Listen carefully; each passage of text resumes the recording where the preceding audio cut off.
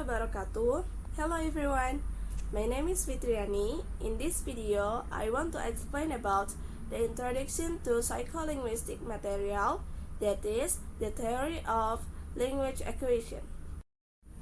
This is the mind map about the theories of acquisition. Several theories have been put forward to explain the process by which children learn to understand and speak a language. According to this mind map, those theories are behaviorism, innate, cognitive, and interaction. Okay, now I will explain more about those theories one by one. The first theory is behaviorism by Skinner. This theory says that children imitate adults. Their correct utterance are reinforced when they get what they want or are praised. And in this theory proposed as an explanation for language acquisition in human, in verbal behavior, Skinner suggests that a child imitates a language of each parent or carrier. Successful attempts are rewarded because an adult will recognize a word spoken by a child, will praise the child, and or give it what it is asking for. Successful utterances are therefore reinforced, while unsuccessful ones are forgotten. The second theory is innate by Chomsky. This theory said a child's brain contains a special language learning mechanism at birth. Chomsky concluded that children must have an inborn faculty for language acquisition. According to this theory, the process is biologically determined.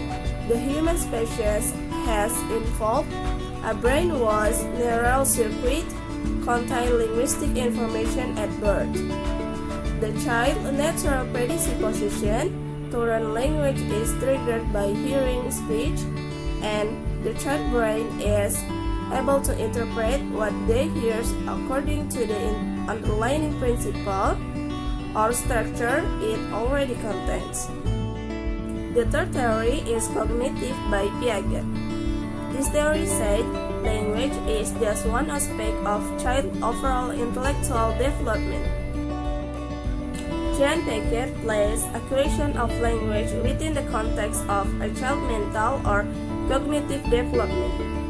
He argued that a child has to understand a concept before they can acquire the particular language form which expresses that concept. A good example of this is seriation. There will be a point in a child's intellectual development when they can compare objects with respect to size. This means that if you give the child a number of sticks, they could arrange them in an order of size. Piaget suggests that a child who had not yet reached this stage will not be able to learn and use comparative adjectives like bigger or smaller. The last theory is interaction or input by Brunner. This theory emphasizes the interaction between children and their caregivers.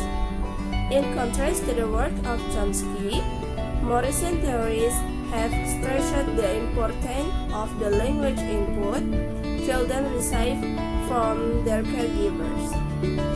Jeremy Brunner suggests that the language behavior of adults when talking to the children, known by several names but most easily referred to as child-directed speech, is specially adapted to support the acquisition process.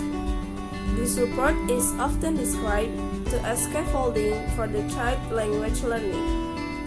He concludes that the turn-taking structure of conversation is developed through games and nonverbal communication long before actual words are uttered. That's all my explanation about the theory of acquisition. I'm so sorry if there is a mistake. Wassalamualaikum warahmatullahi wabarakatuh. Have a great day everyone. Bye.